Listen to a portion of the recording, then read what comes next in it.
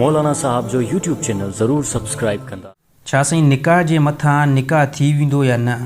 अमूमन असांजे मुआशरे में तमामु घणी अक्सर तादाद में ईअं थींदो आहे त औरत जो पहिरियों निकाह थियल हूंदो आहे, इन खां बाद में उहा औरत कंहिं मर्द सां घरां निकिरी करे ॿियो निकाह कंदी आहे।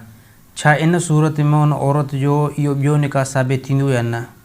ॻाल्हि हिकिड़ी ज़हन में रहे त औरत जो जेकॾहिं पहिरियों जेको निकाह थियल आहे, इन खां बाद में औरत जेको घरां निकिरी करे ॿियो पंहिंजो निकाह करणु चाहे थी त उहो क़तन जेको आहे उहो निकाह न थींदो। भले जेको आहे उहो कोर्ट में निकाह कयो वञे या अहिड़ी तरह को मौलवी या अहिड़ी तरह को मुल्लो हज़रत जेको आहे निकाह पढ़े, कंहिं क़िस्म जो कोई उहो निकाह न थींदो।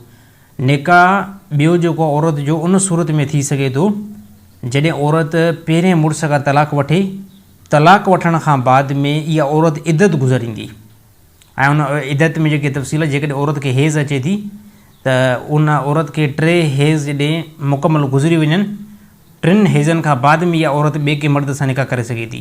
पर जेकॾहिं कंहिं औरत खे हेज़ नथो अचे त उहा 3 महीननि ताईं इद्दत पंहिंजी इद्दत में रहंदी, 3 महीननि खां बाद में ॿिए कंहिं मर्द सां निकाह करे सघे थी। इहे ई जेको शरीयत जेको अहकाम ॿुधाया आहिनि।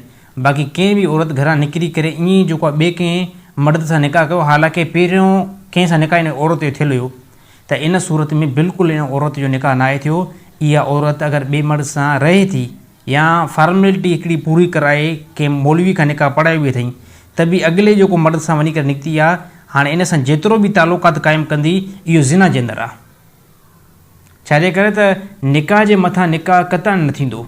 निकाह ॿियो उन सूरत में थी सघे थो जॾहिं पहिरें मुड़ुस औरत खे क्लियर कयो हुजे ऐं उन औरत जी इद्दत जेकी आहे पूरी थी वई हुजे, हाणे इहा औरत वञी करे ॿिए कंहिं मर्द सां निकाह करे सघे थी।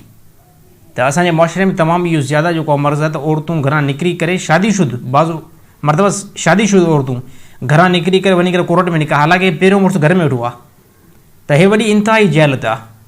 हे ईअं सम्झो तव्हांजे जहालत जे मथां हिकिड़ो वॾो दलील आहे त बिल्कुलु इहो निकाह न थींदो। इहो जेतिरो टाइम अॻिले मुड़ुस सां, मुड़ुसु त हुनखे चइबो ई न, अॻिले मर्द सां जेतिरो टाइम तव्हां रहंदव न त इहो ज़िना जे अंदरि शुमार आहे। जेके ॿार पैदा थींदा उहे ॿार सभु हरामी आहिनि, टोटली ॿार हरामी आहिनि।